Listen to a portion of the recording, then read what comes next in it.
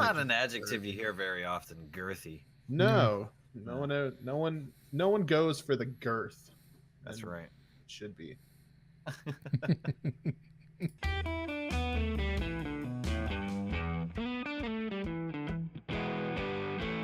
Hey everyone, and welcome back to Beyond the Controller.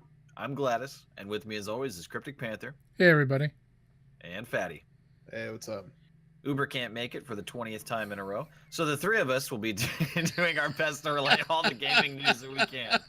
Oh, throwing Exaggerating, straight shade. That's awesome. I don't even need to do a custom intro. That's just epic right there. Throwing enough shade for an eclipse at this bitch. All right, so Panther, we got a bunch of Red Dead news to go through. Let's so much Red Dead stuff. It's crazy. So first of all, I want to say I didn't order, but I'm gonna jump through and I'm gonna say this topic can finally fucking die. This thing has been going on for 3 to 4 weeks about the size of how big the Red Dead Redemption game is going to be. Anybody who's pre-ordered on console digitally knows because it's downloaded already. Preload started Friday. Article released by Rockstar. Disc installation, PS4 is 99 gigabytes.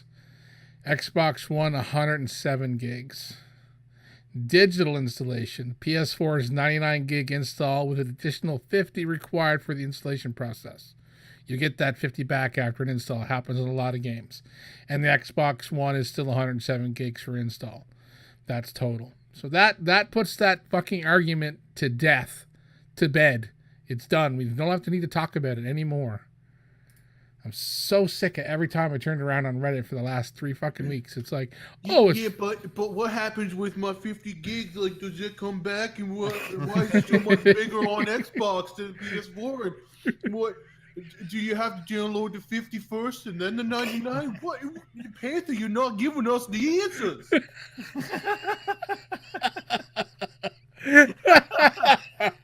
We've cleared it up, fuckers. Yeah, you don't ask the question anymore. Rockstar's finally said. And there's also a neat a screenshot I'm going to link. Well, it's not a screenshot, but it's an image or link. It shows that the PlayStation 4 is 2 discs.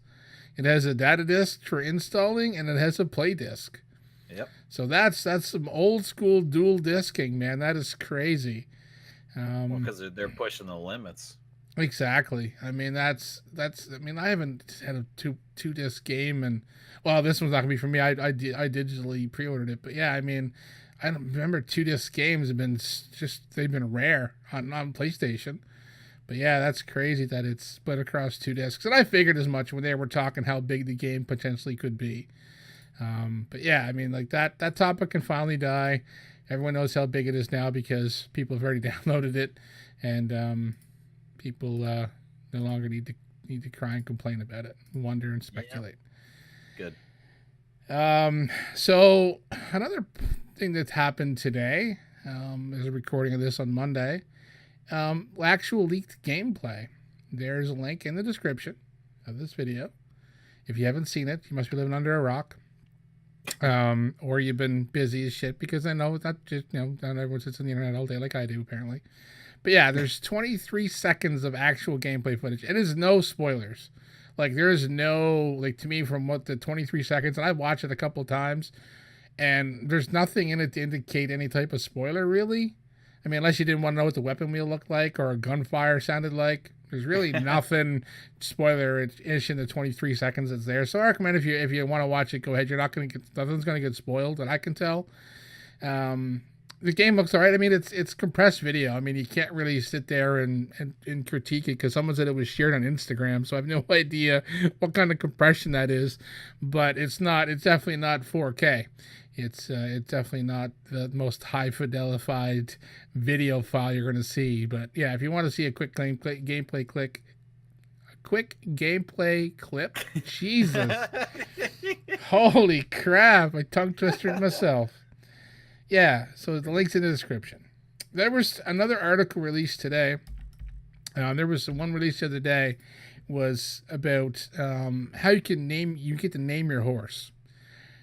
It was mentioned briefly in the article, so there's not a great deal of information exactly how that happens. Whether you get to type the name in, whether you, like how it actually works. Can't imagine your character calling the horse by name, but you get to name the horse. That's what it said in the article in a brief, little bit. It didn't really get into a lot of detail. There's another article released today. I'm talking about the ecosystem, and I haven't had a chance to really read through it.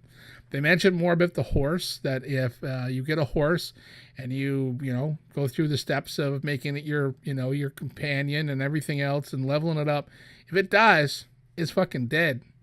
Horses are permadeath. So if you spend the time to groom your horse and to teach your horse and, basically make it your friend so it doesn't run away in a gunfight and all that other stuff, you do something to get your horse killed, your horse is dead. You got to start all over again. So you have to go get another horse. You have to go through the whole training process with the horse again, whatever that entails. We don't know yet.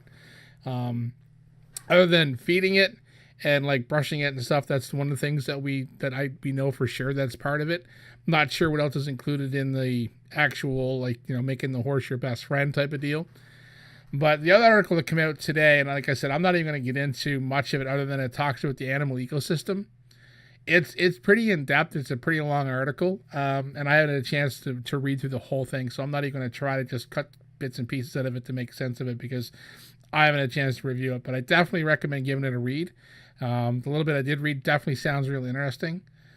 This game, like the way they've said that this game is going to revolutionize games, this is pretty in depth. This game is nuts. I cannot wait till Friday morning for me to get up at the crack of fucking dawn and play this. I usually don't wish my days away, but man, this week can't go by fast enough. Yeah, we're almost there. So yeah, there's a like I said, there's a lot of Red Dead info. There's gonna be a lot more stuff as you come out this week on it, but yeah, check out the links in the description on it. And like I said, it's that article about the animal ecosystem is definitely a good read. So I definitely recommend give it a peruse. What are you guys gonna name your horses? That's a good question. I know on the Reddit post, a lot of the people are saying Roach, and well, those are Witcher fans. Someone's like, someone's made a comment something about calling it Glue Factory, and there's some pretty good ones. I thought Hoof Hearted was pretty good. Yeah, that is good. Another great suggestion I seen today was, it says he's going to call his horse Murder. And that way, if he kills somebody, he can always get away with murder. So, good. I'm thinking if it's a male horse, if he's got a swing and wanger, it's going to be Clarence. And Clarence? Is there a reason? No, just that's what came to mind first. And then female horse, I'm thinking Bedelia. Bedelia, there you go. Okay. It's a unique name. I like it. Yeah. You for a horse. Snickle Fritz the Impaler. Snickle Fritzy the Impaler? Yep. Okay. Sure. That's something. Yeah. But that's already your penis name. He's like, who told you? Dude, I just killed him, I guess. Said silence there. I was quite surprised. He's wondering how I knew. Where's the camera? Well, if I tell you that, then the show'd be over. That's great. Yeah, I'm looking forward to interactions with the horses, though. I mean, that's really cool. I like the permadeath feature. It creates a more meaningful bond and a reason to try to take care of this horse and everything. Like one of the things in the article that pointed out, one of the lines that I really felt was a good way to put it is, if your horses in this game acted just like taxis in GTA, then you wouldn't give a shit about them, and there'd be no reason, Well, yeah, that's that what I like too. Yeah. Yeah, I like that there's an emphasis on making them like, you know, another character and one that you're supposed to bond with and take care of and nurture and all that. So that's really cool. I like Well, that. yeah, because leveling up the horse, I mean, if you're in a gunfight and the horse is skittish as fuck, it's going to run away. It's going to make it harder to shoot from, and it's going to make your life miserable. I mean, I'm hoping it's not like super tedious where you got to, like, you know, really micromanage the horse to get it. I'm hoping it's pretty broad, but yeah, I mean, it does have some RPG style aspects, which is kind of neat. I'm looking forward to it. I'm definitely going to do my best to not get my horse killed. Yep. All right. Well, let's move on here. Fatti, we've got some really strange things that you're about to drop on us and hit us with. So I don't know how else to introduce you. just lay it on us. Yeah, talking about clearances. Yeah. Players are getting pretty creative with the Soul Calibur 6's create a character feature, and have pretty much created a new form of trolling on their online players. I've never seen this done in a game, and I'm quite horrified that I'm seeing it now.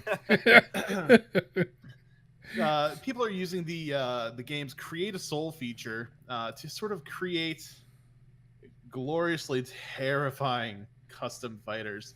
From everything from a muscle-bound Pikachu to a polygonal Marge Simpson and an absolutely horrific humanistic Sonic the Hedgehog.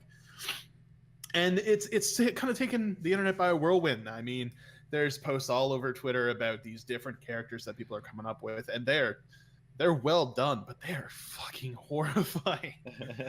So, one that stands out in particular is a character that's just a basic Lizard Man character that, you know, really wouldn't catch a player's eye if it weren't for its girthy 3-foot cock that it swings around during its fight.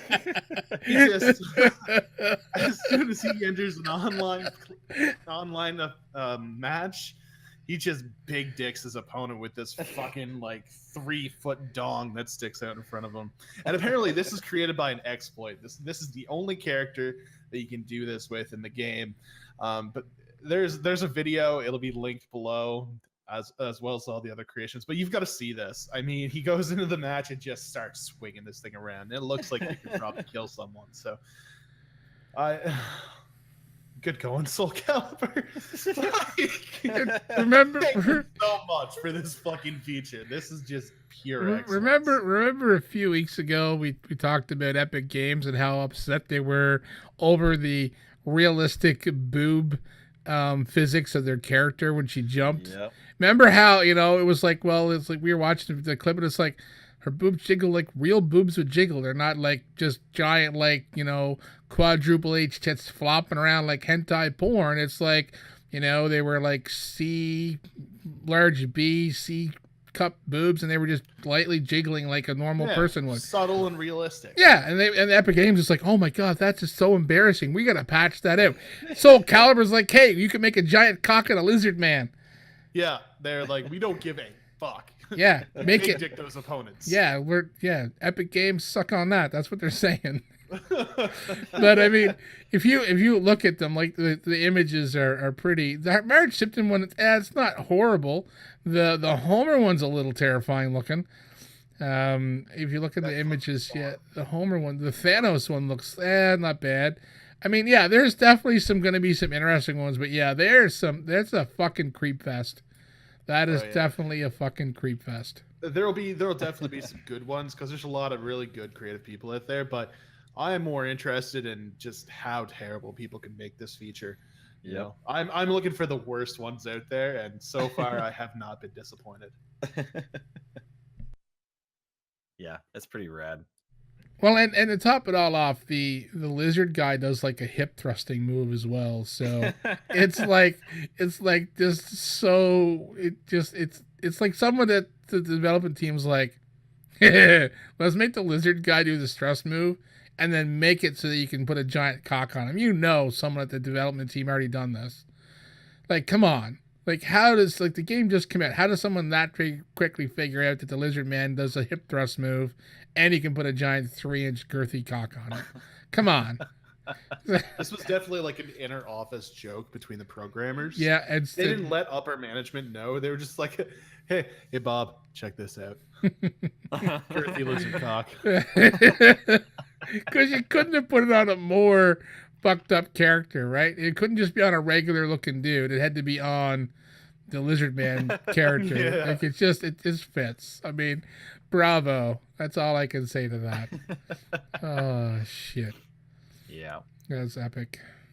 Yeah. Well, moving forward into less horrifying and more serious news, Sony is officially working on a next-gen console. Nobody is surprised by this news, but it's finally been confirmed. They won't call it PlayStation 5 right now, but Sony CEO Kenichiro Yoshida said, at this point, what I can say is it's necessary to have a next-generation hardware. So he won't commit to any other details. That is all we know. But of course, we knew it was coming. Obviously, it's coming. And I guess we'll just wait to hear more on that. But official confirmation now. So probably in the next year, we'll see the big announcement and reveal and all that. So looking forward to more news. I mean, I'm not opposed to another console. Despite the amount of PC gaming I've been doing in this past 6 months to a year or so. Consoles still hold a special place in my heart and in my living room. Well, the biggest thing is the exclusives. I mean, yeah, if they didn't have the exclusive titles they have, I don't know if I would be, even looking forward to a new console. But I definitely am, because I know what's coming down the pipe from Sony. They've definitely cornered the exclusivity market on games. But yeah, I mean, this was kind of a duh thing. I mean, we knew there was another one coming. They just been kind of quiet about it up until now. So I'm interested to see what they're going to do. I'm hoping they really take a nice big swing at this and go big, and then that way we can be like, all right, we got a console for the next 5 to 7 years again that's going to basically get teams just to develop better games continuously. Like, don't half-ass it. Yep. And they haven't with the last couple hardware generations. No, so definitely not. I'm fairly confident. Looking forward to good things. Me too. Yeah. All right. So that was probably the quickest topic of the night that we'll get to. Panther, let's talk about clickbait titles. So there was an interview about a week and a half ago about I can't remember who originally wrote the article, but it was the individual went to Rockstar Games interview with basically the lead developers, the Hauser brothers. I think that's what their name is. I'm looking for so very deep in Harold Goldberg's wide-ranging feature from Vulture about the making of Red Dead Redemption 2 is a reminder of why one of Rockstar's founders, Dan Hauser, rarely gives interviews. His stunning admission that we were working 100-hour weeks at multiple points in 2018. So that was a small blurb in this long other article talking about the individual, this Harold Goldberg's trip to Rockstar, talking about going in the building. Like, it was a pretty in-depth article about him passing through security and all this other stuff and going to the actual office of Rockstar in New York. And then he talked about the interview. And then this blurb come up. And in the interview, like, it was mentioned, and then it was kind of that was it. Then the internet got a hold of this piece of information, and the internet lost their fucking minds. They're like, oh my God, 100-hour weeks. They forced these people to do this, and how is that legal? And what we need unions, and they're fucking, grabbing the pitchforks and they're putting them back down and pre-ordering Red Dead Redemption 2, because I guarantee you no one's not fucking pre-ordering or buying this game based on that fucking article. So, internet can just calm their fucking tits. Dan Hauser was then contacted, I do believe, by IGN, I think it was the next day, and he stated that him, his brother, and a couple of other lead writers were the only ones that were working the 100-hour weeks. And they were only done it for a few weeks at a time. They weren't doing it for months on end. There was a couple weeks in a row, I think it was 3, where they were putting in about 100 hours trying to get some stuff finalized. If you look at the numbers in this game, the amount of lines of dialogue, the amount of actors, the amount of motion capture time, the amount of time and effort into this game is massive. Like, the numbers are like mind-numbing. Like, 300,000 lines of dialogue or something crazy. Like so many thousands of voice actors. It's just the numbers are unbelievable. I don't have them right in front of me now, but I remember reading them that they were here. They are here. Excuse me. It's in this article. 1,200 actors, 300,000 animations, 500,000 lines of dialogue, and 2,000 pages of script. So I wonder why the lead writers were all working 100-hour weeks trying to get all that shit sorted out. They basically got raked over the coals by the internet. People were losing their fucking minds. There was multiple articles on Reddit. Then the fucking gaming, all the gaming media sites all started making clickbait titles like this one here. What will be left to our people who make our games? Our games are getting bigger, but the cost is way too high. Like, they're going on like these people are getting basically beaten into submission and forced at gunpoint to work 100-hour weeks. They're not. They're not. Read the article kind of makes it sound that way, but then the guy come back and clarify it the next day. But that seemed to get overshadowed by people losing their fucking minds over this 100-hour work weeks. I mean, there's other people in other industries that work more than 100-hour work weeks. You know? I mean, I don't know what it's like in the United States, and I know it's different for a lot of different people, but people start screaming unions. Those people never been in a goddamn union. You know, unions aren't all what they're cracked up to be. Just because you're in a union doesn't mean life is 100% better. You just need better labor laws. You know, it just irks me that the second something doesn't seem right for somebody else, they think these people need a union. I think they just need to calm their fucking tits. Well, and the thing is that this wasn't, regular. No, it and I mean regular practice, and these weren't, lower level guys that did this either. It wasn't, like you said, people being forced to do this, across the board. This was a couple of the probably mid to high tier guys that I'm sure did this at least somewhat voluntarily, like trying to get shit done. And I mean, obviously this is going to pay off for us gamers, so the outcome is great. But these guys probably, like most people in the video game industry, they probably love what they do. And, I think that if it was detrimental to their health or their mental stability or whatever, that they probably wouldn't be doing this. No, and I mean, the thing is too, like, I mean, then Rockstar, like, they went and they said they allowed their employees to speak out on this.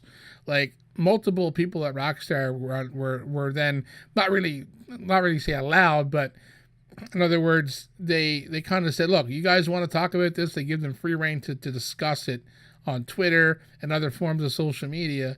And they come in and said that one of them here, the tools programmer, Vivian Langdon, kicks things off with assurance that she'd never worked more than 50 hours a week with paid overtime. Like, I mean, like I said, the second the guy said that he worked 100-hour weeks, they were expecting that everyone in the company was forced to do this. I mean, right. Yes, during some of the crunches, some of the game companies, and they do work like unbelievably long hours, and they do like spend a lot of time away from their families because of them basically being in the office from sun up to sun up, basically trying to get a game done because it's coming down to the wire. That happens. And I mean, if you're in the industry by now, you know that's going to happen. I don't think there's too many companies out there, especially large AAA titles or AAA developers, are not, expecting their employees to kind of give a little bit at the last push. I mean, you can't force anybody to do it. But if you're working those hours and you're getting paid, your proper overtimes and you're getting proper breaks, if you're putting in 12 hours a day, well, if you're working too much and you need time off, tell your fucking boss. If he doesn't want to give it to you, then find another job, I guess. I don't know what to tell you. But screaming for unions and screaming that, these people are being forced to work this it just pissed me off to no end because it was nonstop. It's like everyone got that little bit of a hint that, someone's working 100-hour weeks. Well, that's not right. Well, how many of those people didn't pre-order or didn't set aside money for Red Dead this Friday? Guarantee none of them. So, I don't know. I like the point that you made about, with the nature of the beast for the gaming industry, you know what you're getting into kind of. And like you said, when there's crunch time, I work in retail. I'm middle management in a large retail grocery store chain. And holiday seasons are fucking nuts. They're wild. And I've worked 80-hour weeks before. Yep. And it sucks, but there's a ton of work to be done, and I'm fairly compensated for the time that I put in. I get paid overtime. Yep. So yeah, it sucks, but my family knows exactly what I'm into around the holiday season. My time is very valuable, and I get compensated for that. Yeah. So yeah, I've worked 17, 18-hour days before. I've worked 80 hours in a week, and the holiday season, it's kind of expected. You know it's going to be that busy, so you buckle down and you do what you got to do. It's your crunch time, basically, right? Yeah. My wife, I've worked in retail. My wife currently works in retail.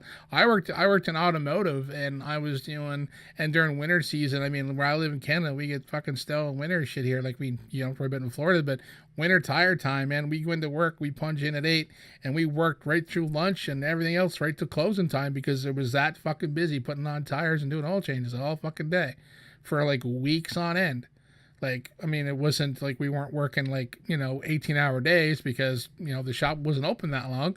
But I mean, we were booked from like opening right to close, and we worked right through breaks and lunches and everything else, because you do what you need to do.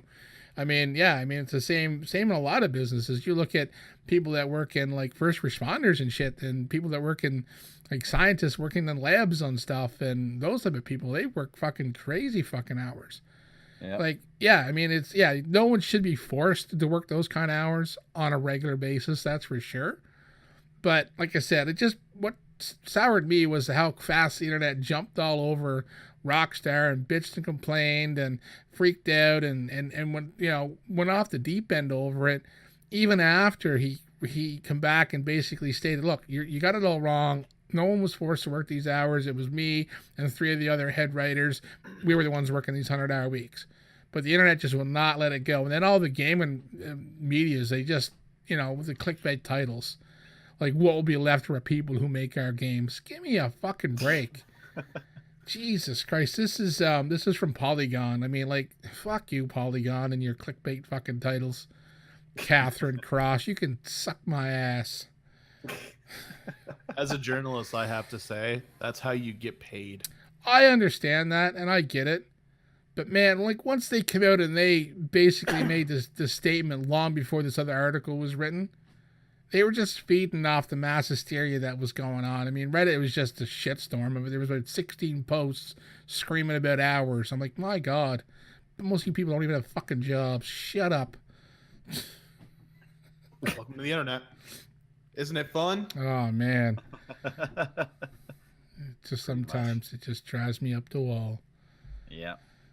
All right. Moving on with something that drives me up the wall. Fatti, what is coming in the pipeline? Well, other than me later. Yeah. I was going to say, that's how you should introduce the giant lizard cock in the preview. What's coming down the pipeline? Girthy lizard cock, that's what. Yeah, so back to actual news. It looks like we're going to get yet another retro console. And oh boy, do we need more of those. So a company called Analog has announced they are releasing a system called the Mega SG. And essentially what it is it'll be a retro-inspired console that will play Sega Genesis, Mega Drive, and Master System games without using emulation. Basically, it's going to allow people that have, boxes and shelves full of old cartridges that they're collecting to actually play those cartridges without having to source an actual working Sega Genesis, Mega Drive, Master System. Now, I'm not a big fan of the whole retro system thing. I think it's a cash grab. I have bought into it though, so I'm kind of hypocritical there. But this system itself is actually kind of cool from a tech perspective.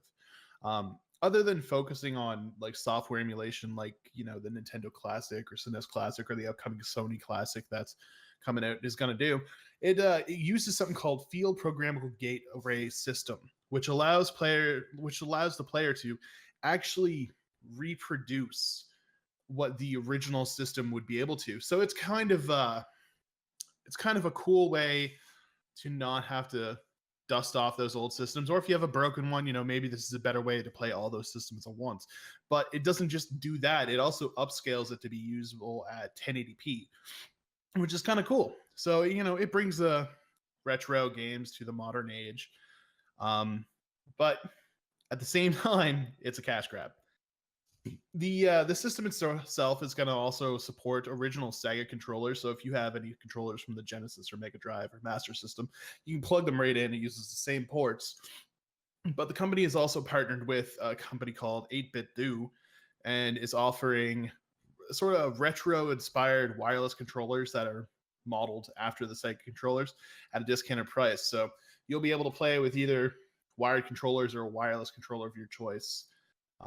Aside from it being able to play Sega games straight from the old cart, another cool feature this system has is it'll actually attach to the original Sega CD or Mega CD systems. And then later in 2019, it's also going to have add-ons that'll allow cartridges from the Mark III, Game Gear, Sega MyCard, SG-1000, and SG-3000 systems. So this is really an all-in-one system for Sega. So if you're a huge fan of Sega and you don't have all of these systems on your collection, but maybe you came across a yard sale and bought a shit ton of old cartridges for real cheap, this is a great way to play them. So it definitely it's a money grab in the sense that it's another retro console, but these guys are taking it a different way, and it's making it a lot easier for people who are a fan of Sega and have all this stuff to just sort of play with one console. It reduces the clutter.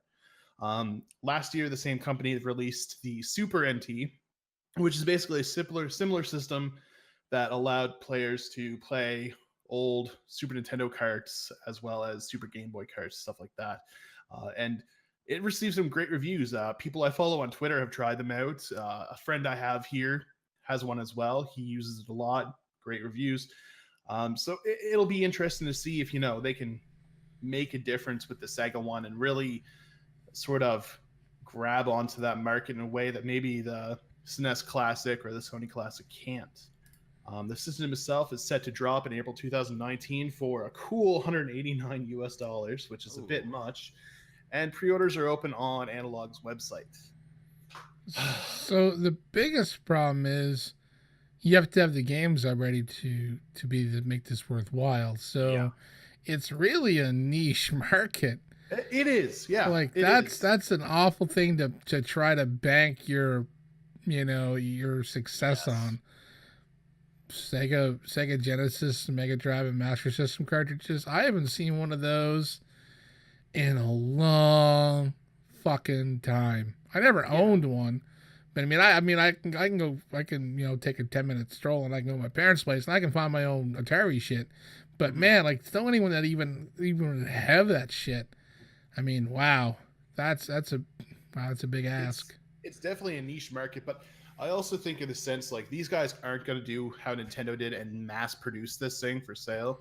No. They're probably going to have, a stock of a couple hundred waiting for people who are going to buy it, but we're not going to see these be shipped out by the hundreds of thousands like we did with the SNES Classic or NES Classic. Well, for me, that begs the question, though, why design it this way? Because if you only expect to sell, 1,000 or 2,000 of these things, is it really, like, worth that effort? Why wouldn't you try some type of emulation software to, like, have some type of market to where you could buy these things digital or something? Like, I'm sick of these classic throwback consoles not doing it right. Like, they're always missing a piece of the puzzle. And in this, they really, it was a unique take, that you can just put the cartridges of a bunch of different consoles into that. That's a cool idea. However, a lot of those things are non-existent, like in a feasible way for people to get them, like you could go on eBay, I'm sure, and find some of this stuff. But as far as, like, being able to have a large selection of quality games that are even worth playing, I mean, how many did these consoles have altogether? Like, first and foremost, but secondly, where are you going to find these things? And then, like Panther said, if you already own all these, then that's fine. This will work out for you. But a point I got to bring up, and I did pre-podcast, as well as when I originally found the article and was ranting about it. is, you know, how many people even have these games anymore? And for the people that have the games, how many are just collectors that won't ever touch them because, you know, fear of ruining them or whatever? And I know, Fatty, you said you know somebody that that actually does have a large collection and they do play these things regularly. That's great, but I mean, that's like 1 in a million, dude. Mm-hmm. I mean, what kind of market is this to try to limit yourself to? If you're starting a business or you're designing a product, and you know there's 7.5 billion people on this planet, and you're like, yeah, we might sell 2,000 units. Like, what? Yeah. Then what are you doing? You know, really? I definitely. Yeah, you really got to think, like, at that point, is it more of a passion project, or are they just trying to get like a cash grab for the sort of collectors out there? I mean, like you said, it's really niche. There's not going to be a whole lot of purchase for this, but You know what I'm thinking? These guys have been, for the last 5 years, buying up as many Sega game cartridges as they could get their fucking hands on. And now they're going to release these. They're going to start putting out little packages and bundles on eBay so people will buy the console to buy the cartridges. They're going to make double the money. These guys are brilliant. oh yeah. But I mean, yeah. I appreciate that they're going wireless controllers. I mean, and then being able to plug in a cartridge is awesome. But then, like I said, like Baker's been going on, and we've all been on the kind of the same pages. Why don't these things plug on the internet and let me fucking purchase or download? Yep. You know, the games to play via emulator so that I can continue using this console instead of the 20 or 30 games you give me. Give me an option of the 1,000 games available. Let me purchase them or rent them or something like that. I don't understand how that's not been the sole purpose of these retro consoles since day one. It makes no sense to me. It still blows me away. Yeah, it's definitely, it doesn't make doesn't make sense from a business standpoint, and this console doesn't either. But for the collectors out there, this is kind of a cool move in a different way than what we've seen come from that. So I've got to give them that. But as far as making money, it doesn't seem like a great thing. That sticker price, damn. Yeah, almost $200. I mean, you can get a current gen console used, if not new, for around that price, and you're paying that for something that was made in the 80s and 90s. That is, if that's, it goes straight, it won't go straight exchange, but that's $248 Canadian. Yeah, color me not interested. It'd be like, probably it won't be a straight exchange rate because they never do that, like on hardware. It's never a straight, but that is ridiculous. Like, I mean, yeah, it's got some cool tech ideas to it, and I mean, like, they've kind of done something right, but they're still missing the mark altogether, in my opinion. Agreed. Can't wait to see what retro console we have next and what they're gonna fucking get wrong now. ColecoVision. Yeah. Well, if there's a Coleco, man, I'm definitely not buying it.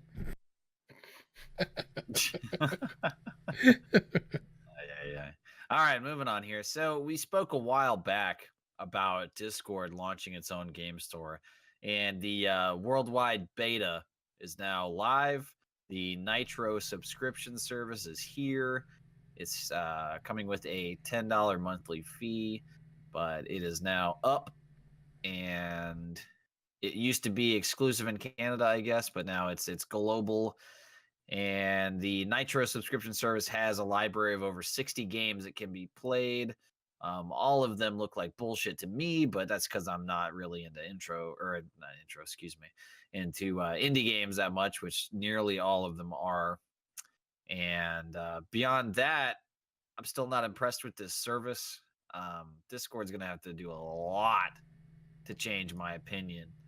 And beyond the launch of their game store and Nitro subscription service, there's been some trouble brewing for them, at least over the internet, which doesn't say much, I guess, in and of itself, because that's what the internet is there for. But there's been this policy, I guess, that people have latched onto and are kind of exploding about right now. And it has to do with Discord's terms of service. And one of the things that is in the terms of service that you have 90 days to opt out of by sending an email to Discord. But this is basically It's a class waiver, and what that does is prevents your participation in a class action lawsuit.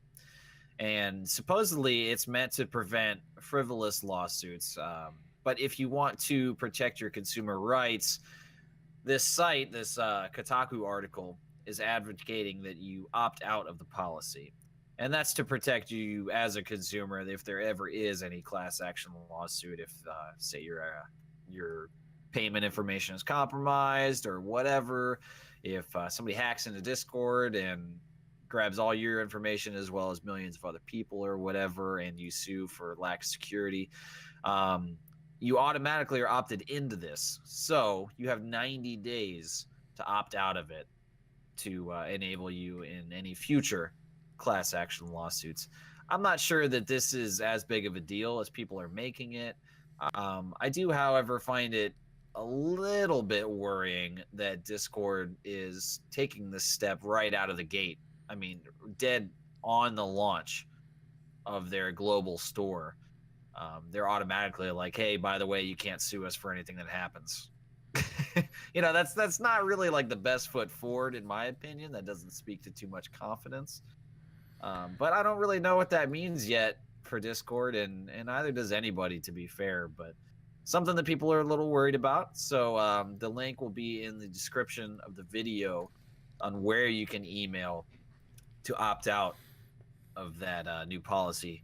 But what do you guys think about this? Any potential dangers? Does this look like a worrying sign to you? What do you guys think? Well, I don't know. Is there them getting their database hacked a suable offense? Can you class action lawsuit against them? Possibly. I think maybe. It was just an example that popped in my head of like, but I mean, could be a class action. But I'm thinking as of right now, I mean, other than a password I use, I don't have nothing in Discord. Well, because I don't have a subscription. Store, though, but I mean, that's the thing, that the thing should be only for people who have subscribed and paid for the Nitro service, right? But when you sign up for a service like that, there's an expectation of security and privacy.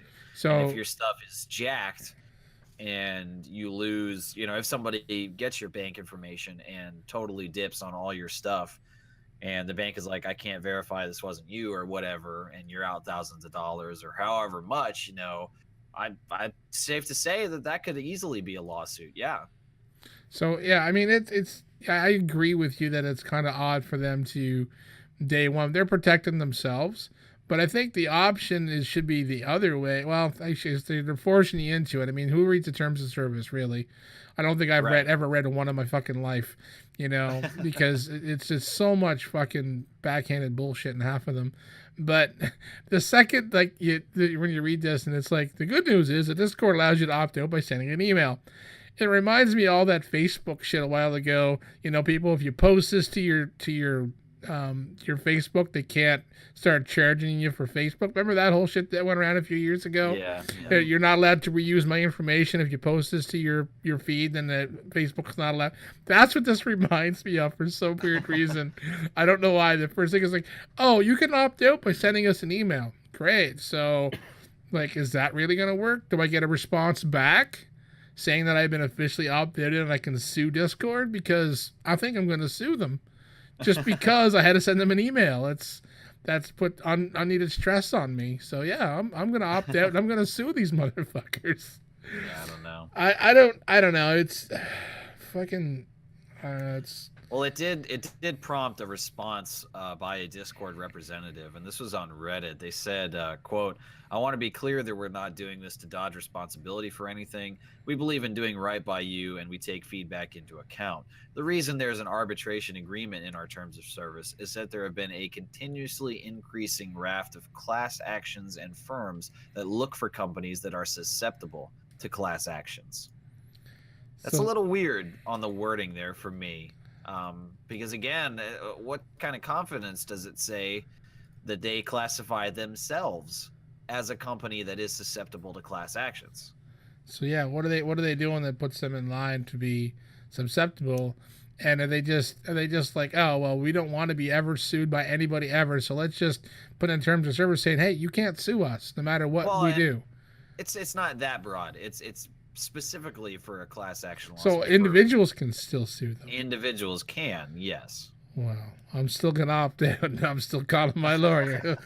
No, I'm kidding. I'm not gonna sue. Like I said, people. it's a little weird for me that they're Yeah. doing this right out of the gate, and a little weird in their response. That again, it seems that they classify themselves as being susceptible to class action lawsuits. That's a little strange for a business to admit to and kind of take action to prevent that or protect themselves from happening. Fatti, what do you think? Yeah, I mean, I agree with you guys. It's definitely a little odd that they're sort of taking this stance right out of the gate. But at the same time, I mean, and this kind of goes back to the whole internet taking a stand right away. I'm so tired of people being so goddamn sensitive about absolutely everything that happens on the internet. You use the internet. We've used the internet since the 90s when it really took off. And you've known the risk back then, and you know the risk now. You know, when you sign in somewhere, you know you're taking a risk of your shit getting taken. So I see this. I see these people making a big fit over this as just being fucking whiny. You know, it's not that big of a deal. Yeah, it's kind of shitty that they're automatically opting you into this, but they're definitely not the first company to do that, especially on the internet. It's kind of just a thing that happens. So, I mean, opt out if you're going to opt out, but personally, I just don't see the fucking issue with it. I don't ever see a class action lawsuit going against Discord that's ever going to benefit me enough to ever where I'm going to be, retiring from my fucking job. So I'm not really worried about it. Like I said, I'm not buying into this Nitro package thing, $10 a month, whatever it is. I'm no interest in it. I get so many games now, and I have other subscription services and et cetera, and I just don't have time for anything else. So I'm not interested. But I mean, yeah, I definitely understand why some people would raise a flag to this, But I mean, it's the internet, right? We already talked about that, how they lose their minds over every little thing. Yeah, exactly. And so there, Discord, if you're listening to our voice call right now, don't worry, man. It's cool. Yeah. We're not going to opt out. Well, Yeah. Baker, you going to opt out? Nah. Yeah. Okay. We're not going to opt out, Discord. It's okay, but don't worry about it. Yeah, we're good. I'm totally not typing up that email right now. Suddenly our call just gets cut off. Is it? That's great. Knock on my door. It's fucking RCMP. What are you doing in your basement, sir? I'm recording a podcast. Don't shoot. Fuck. All right, well, let's move on here. Sad news. Not happy to hear this at all. Panther, what's next? Another game delay. Yeah. Days Gone. Been waiting for this. Feels like Long time. forever. Yeah. So they officially came out and said that they're delaying the game. Set to release now in April 26th of next year. The biggest thing here is the quote from the PlayStation blog says, "We want to share a change in release date for this highly anticipated title from Bend Studios. We recently decided to move the release date of Days Gone from the crowded February timeframe to April 26th. While the studio is eager to see Days Gone in the hands of fans, Bend Studio will take the opportunity to further polish Days Gone. As PlayStation fans already know, Days Gone is an open-world game set in the high desert of the Pacific Northwest, yada, yada, yada." Goes on to talk about the game.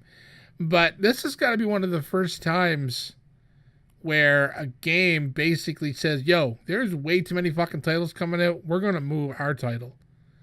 Like, that has got to be one of the first of an official statement saying we're moving it because everybody else is coming out the same day.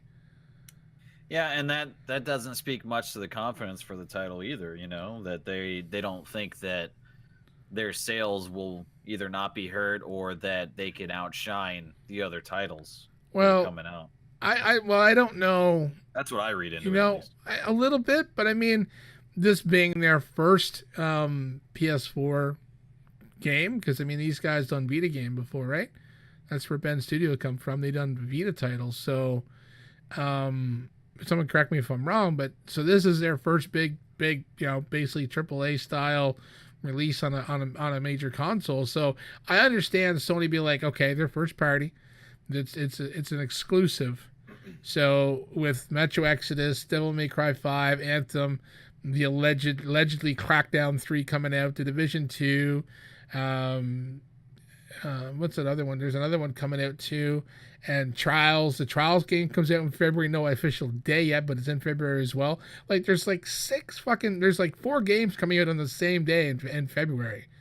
So I understand them being a little like, holy shit, a little skeptical of releasing it on the same day as 4 other titles, and considering Division 2 is one of them. Yeah. So I mean, it's a tough thing to go up against. If there was another exclusive coming out, like say if it was just an Xbox exclusive, they probably wouldn't be worried about it. But the fact that all of the titles are all multiple platforms, it definitely puts them at a disadvantage. I don't think that they probably figure their product's not good enough. I just figure that why take the risk of this title not getting its proper fanfare that they figure it deserves, and then have it, basically affect the studio.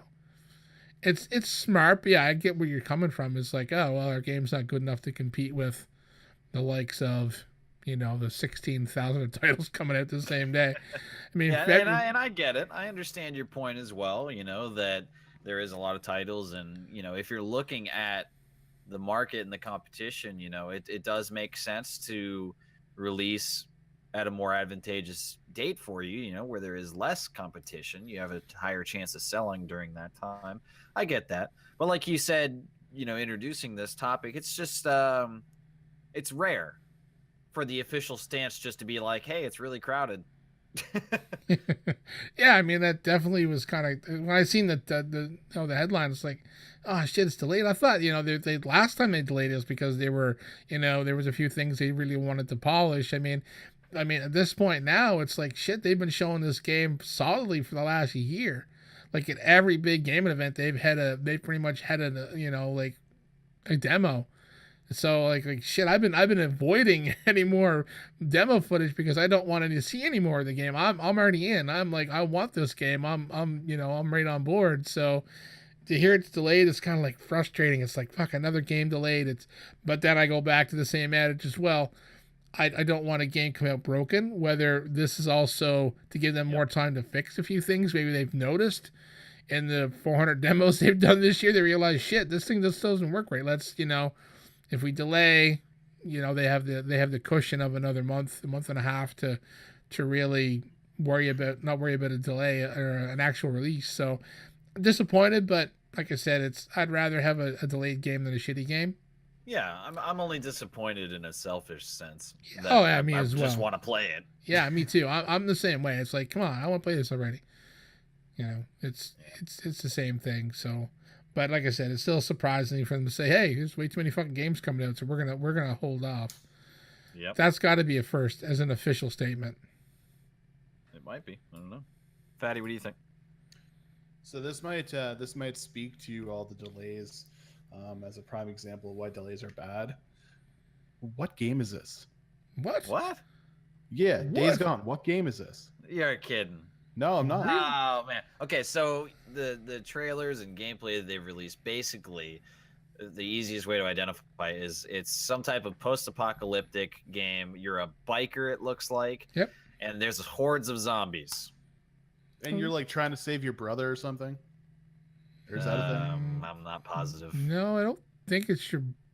Well, some of the gameplay that we showed is like you're running from this horde. You can use the environment, like dropping logs on them, but they're like faster than Left 4 Dead, and they're like hundreds of them.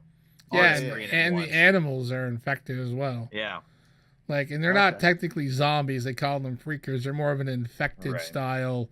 While they're basically zombie type, but they're 28 days later.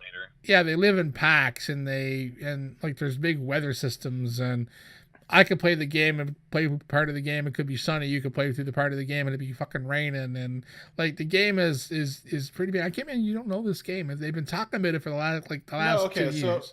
So I'm gonna run the picture through because I think I know what game you're talking about. Right. Their E3 announcement, the demo they showed was this biker going to like this old rundown factory, and he was trying to get to someone, and then a bunch of fucking zombies started chasing him Yeah, around. he was right? trying to get the kills of somebody. He was trying to go kill somebody. Oh, Someone okay, someone had stolen shit or whatever, or however. Yeah. He was trying to hunt this guy down. Yeah. Okay, Yeah. so I know what game we're talking about, Okay. and I've been looking forward to it. This speaks to delays. I've forgotten about this game. Oh, Okay. yeah, that's fair. Yeah, So- it's happened to me too. I'm like, oh, I was like, what fucking game was that? Because if you don't listen to it being talked about repeatedly, it does kind of, because all of the games that have come out in the last year that I've been, pre-ordered or played or bought day one type deal, it does kind of get lost in the shuffle because, it's been talked about for 2 years. Yeah, exactly. I mean, it's almost like, and I mean, if this game wasn't so fucking mysterious, I guarantee you got forgotten now. Death Stranding, like it goes on for so long that you forget about a game. The only reason people remember that one is because no one knows what the hell it is. Yeah. But with this Exactly. game, I remember seeing this demo at E3 when it was, or wherever it was first announced. I watched the demo and I was like, this game looks fucking awesome. And then for me, I guess I haven't paid attention because it just disappeared. So now we're not getting until April. Yep. All right. Well, I guess I'm back on the bandwagon. Start putting those pennies away. I'm gonna have to get a jar set aside for each game and a release date, and then put money until I get enough in this jar, and then move on and start putting money in this jar for this Fill release. them up by release date. Yeah, so they just that's Yeah. your goal. Like have every jar for each game. That way you can say, oh, this week I got $20 for this game. Oh, that's I'm at my limit, so I can move on to jar number 16 for the next fucking game. Jesus. Oh man, crazy. That would be an efficient way to do it, I guess. That's the only way to do it. Yep. Uh, So yeah, delayed, possibly sad, possibly good. No way to tell until we get the final product, but still selfishly disappointing, as it usually is. Yeah. All right, so Fatti, this is kind of scary and some real world shit going down here. What's going on? Yeah, so it appears that GTA hackers have been getting their homes raided.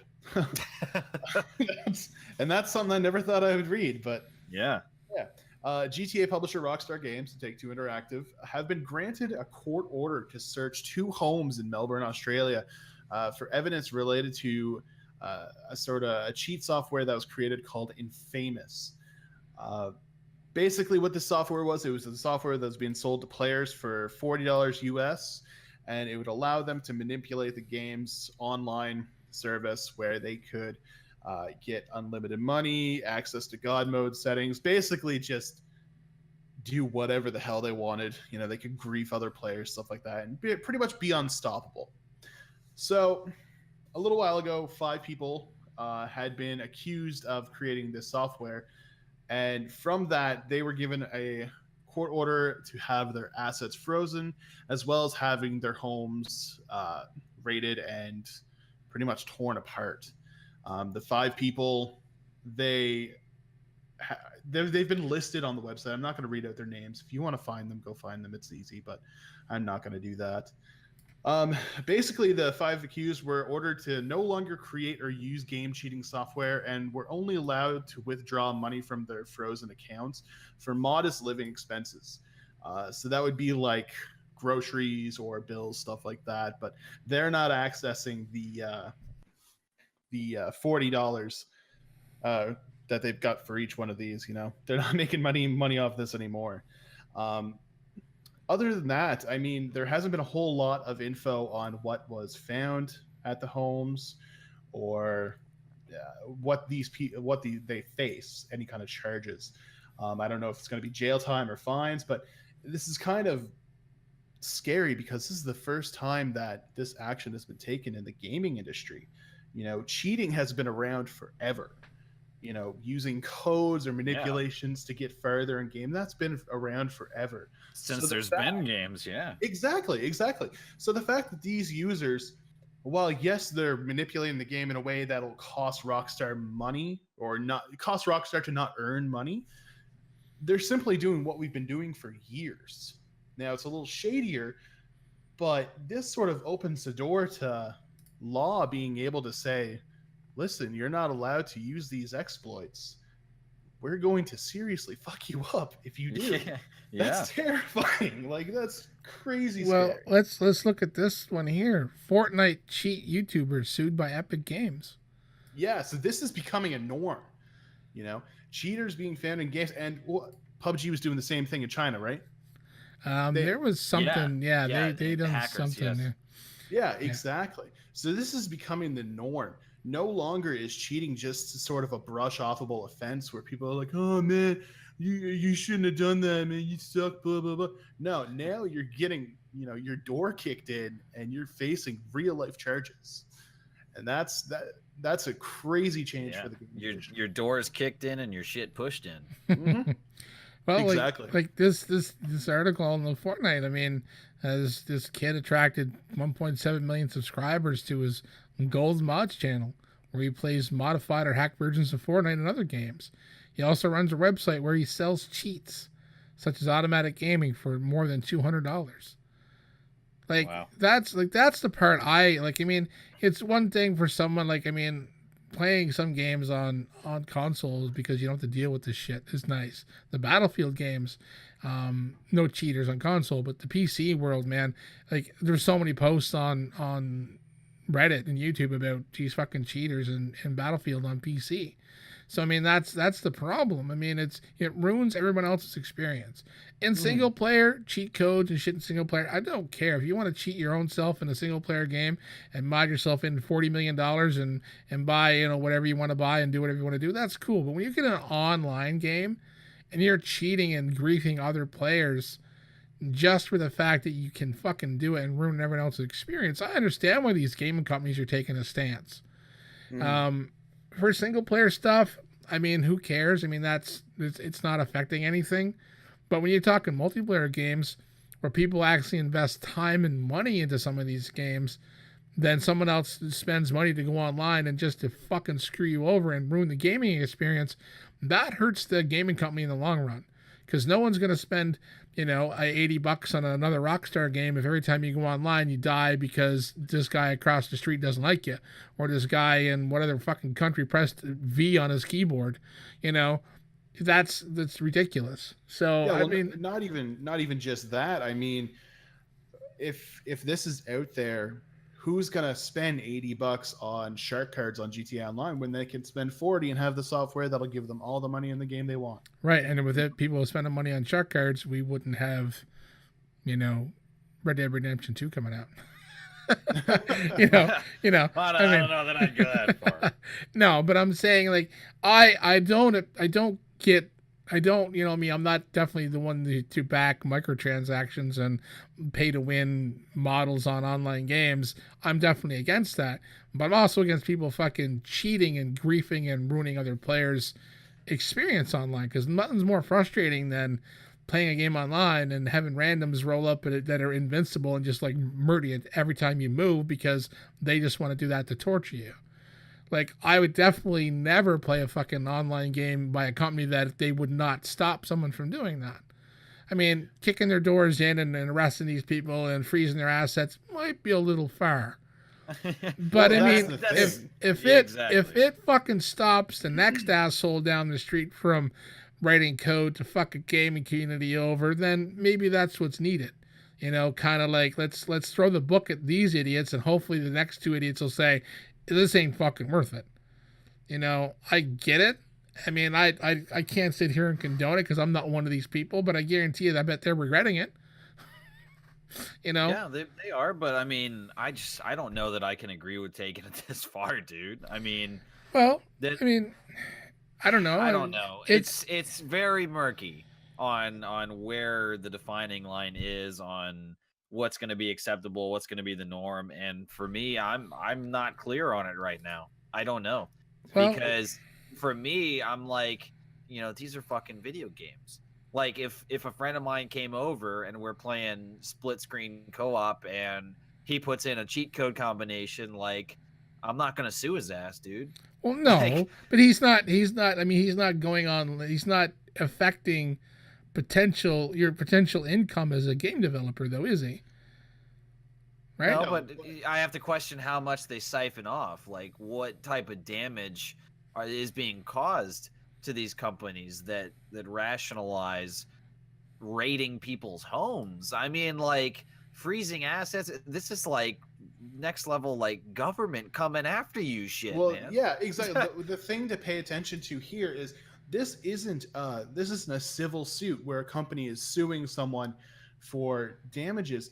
This is a company going to the law and saying, listen, we want to kick down these people's doors and look Yep. for evidence for criminal charges. So there's no outline as to what these people could be facing, but they are criminal charges in which they could face either fines or jail time. And I have to agree with Baker. That seems a bit extreme. You know, a civil suit, I could see that. You know, these Sure. guys have Cease and money from desist rock and stars. pay for Exactly. damages and stuff, yeah. Exactly. You know, a little lawsuit saying, listen, give us, $100,000. You fucked us, blah, blah, blah. But this is the law. This is police coming and saying, you're going to jail, man. Let's go. Another thing, That's kind of fucked up. another thing to look at too. This isn't Australia, so we don't know how their laws and their stuff work. Maybe they can't file a civil suit against them. I don't know how the laws work. I mean, the Australian federal court has frozen the assets. It doesn't say Rockstar has frozen their assets. The Australian federal court has also frozen their assets. So the government's involved. Maybe that's the only way Rockstar was able to do anything in Australia against these individuals, maybe based on their laws. There's always options, but as Fatti and I are saying, it's that we're at, they turned it to 10 immediately. It's just, there was no, as far as we're aware, I mean, obviously, we're not privy to 100% of the facts and the timeline of events, but I imagine one of the first legal steps a company would take in this case, rationally for me at least, would be a cease and desist order. Oh, definitely. I mean, and beyond that, if they want to just, start throwing the hammer down without prior warnings like that, because a cease and desist is essentially, a slap on the wrist before it gets serious, right? Because it gives you a chance. Right. So if they don't want to play nice and they want to just go for, the legal option right away, I imagine there would be fines. There would be, perma bans for your ISP. They'd be working with them to try to, get you off of the internet, at least, to access their games. They'd probably monitor your internet activity, as far as like what is being uploaded to other people, all types of stuff like that. And then I imagine that, you'd have to pay damages if it can be proven that you've been siphoning off money from that business and bleeding them dry. Because, I absolutely agree that should be a finable offense or a legal infraction in some form. But I'm telling you, dude, like that's scary shit to read that headline and look into it and to think that people are getting their homes raided and they're getting taken out in handcuffs in front of their families. Now, obviously, these guys are a bunch of douchebags that are doing that. I'm not sympathizing in that way, but what I'm saying is that if something like this can go full on 1984 and like fucking come in and take you out, dude, like that's scary, because the next step is somebody reports you in game. And what the fuck happens then? Like exactly. I don't think that someone at Rockstar is like, shit, these dudes are selling these things for $40. Called up the Australian government and said, we're raiding these homes whether you like it or not. Either get on board or we're blowing this motherfucker up with a nuke from New York. I don't think that's probably the course of action. I'm saying it probably went through some proper channels, or just there's no information saying that in the article. I can't imagine it going from these guys sold the hack for $40 to let's arrest them and seize all their assets and put them in fucking prison. But somebody signed off on that though. Well, that how many times? We're not talking in hypotheticals. That's what happened. Right, but we also don't know if it was a cease and desist and then another letter, and how long did this go on? Like the cheat went offline 6 months ago, so they've been. This is not like a battle that started on Monday and they were kicking the doors in on Tuesday at 9:15 in the morning. Like this is something that's been going on for more than a year. So I can't Yeah. imagine it going from 0 to 11 in half a day. But I just wish there was more information stating how that actually played out from start to finish. But yeah, I mean, it's crazy to think that they've gone and they're like now to the point of like, hey, these guys are selling fucking hacks for an online game. We're arresting them. It's crazy to think that, but then, like I said, it's the whole throw the biggest book at these idiots and hope the next line idiots are scared enough that they don't start it as well. I don't know. I Yeah. mean, like I see both sides. That it's like it seems extreme, but then I'm kind of like, yeah, fuck these guys, So Yeah. like, how do I not condone it, and how do I hate it at the same time? I don't know. It's tough. Well, the thing that's scary about it is, think about it this way: for us in Canada, if a case goes through the Supreme Court, then how that case plays out, that becomes law. So if you win a Supreme Court case that went against an old law, that law is updated to how that case turns out. Yeah, the So legal if this precedent. turns exactly. So if this turns out that they can send these guys to jail for this, that sets the legal precedent for anything else in the future. So who's to say that kid with Epic, who's to say he doesn't get sent to jail next? That might set the bar for companies to be like, okay, well, we're legally allowed to do this now. Let's just do that. Yeah, And that's that becomes the standard then, is that, Yeah. they're caught cheating, rate them. Kick the other fucking doors. Let's do it right now. Yeah. yeah. It's just I don't know. I think the more that we talk about it now, I'm firmly setting my feet, and I can't support going this hard. I can't do it, man. It's too much. Because it's who decides, It's what company or what CEO gets pissed off, on any certain day. He spills coffee, and then some intern brings him this report, and he says, "Fuck these motherfuckers," and then SWAT team raids.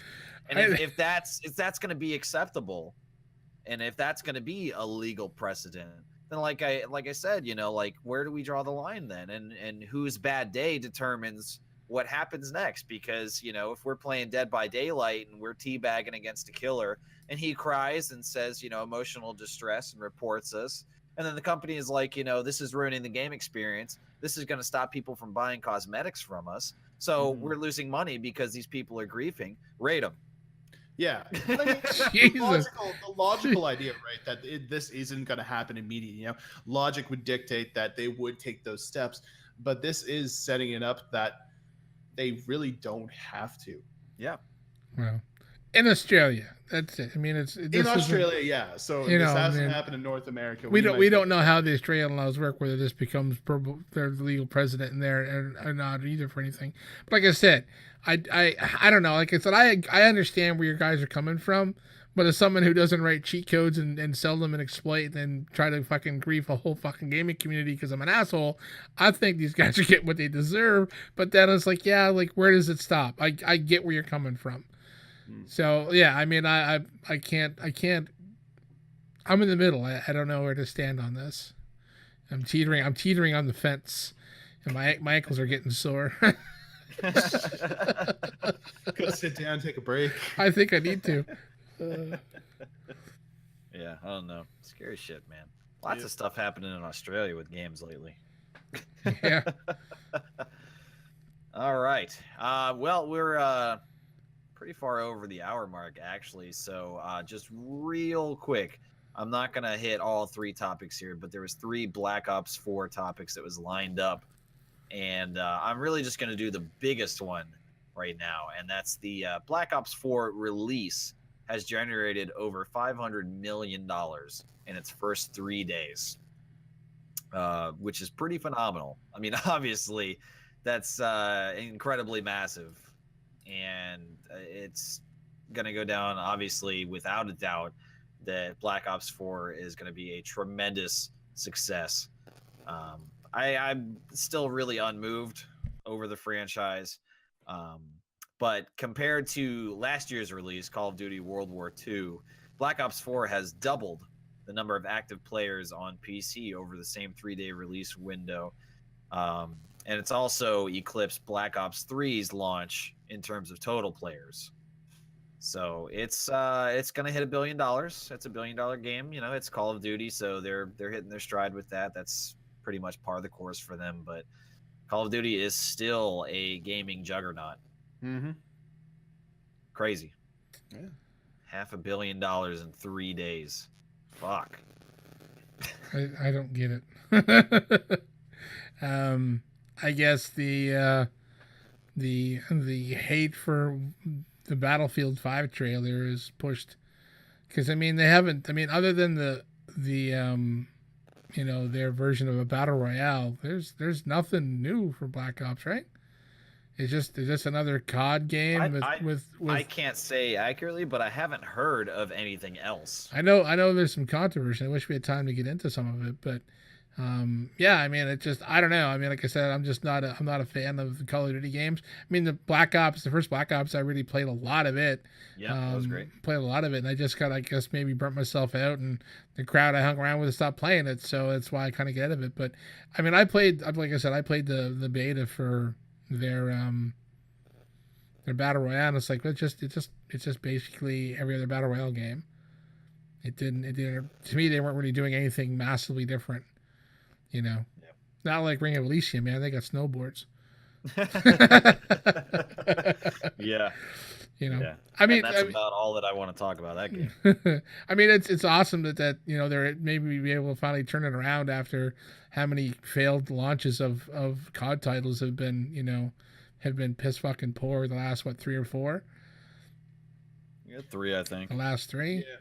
Yeah, they've been pretty lackluster. So if they were able to turn it around, I mean, good for a developer to fix their broken shit or fix at least what people perceived as being broken. But like I said, I just I know Uber said he's played some of it and he's not here. So yeah, I know he's enjoying it, but there you that'll go. do it. All right, so that's gonna do it. Obviously, all of the stuff that we've talked about will be linked in the description of the video. For you guys on SoundCloud, thanks for listening to us there, but we don't have a way to link all that shit, so head on over to the YouTube page. Follow us on Twitter, per usual. All of our stuff is linked as well in the description. And any comments, any thoughts that you guys want to offer up, of course, is always welcome. And for all the guys here at Beyond the Controller, thank you for listening, and we'll see you guys next time.